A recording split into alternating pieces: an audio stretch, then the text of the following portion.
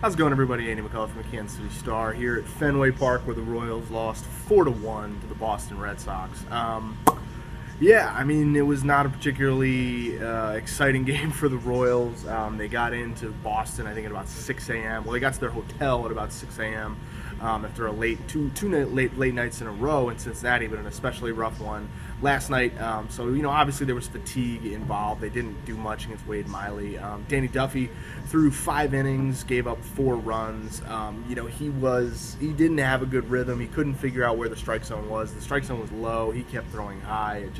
It wasn't a good fit, and so he didn't pitch particularly well, and the Royals lost. I don't know if there's a ton more to draw into it than that, but it does highlight what are the big issues for this club going forward. Is trying to figure out hey, like when the playoffs start, who is going to pitch games 3 and 4 in a series? Who are they going to have working after Johnny Cueto and Edison Volquez? And obviously the two most obvious candidates are Duffy and Yordan Ventura, but neither one has been particularly reliable this year. And so that's just something worth monitoring as we go down the stretch. How are the Royals going to figure out, when they get into October, how do they want to stack up their rotation? What do they think serves them best? And, what sort of combination makes the most sense? So that's something to keep our eyes on, I guess, as the weeks go by. There's 6 weeks to count down to the playoffs. Almost assuredly the Royals will be there.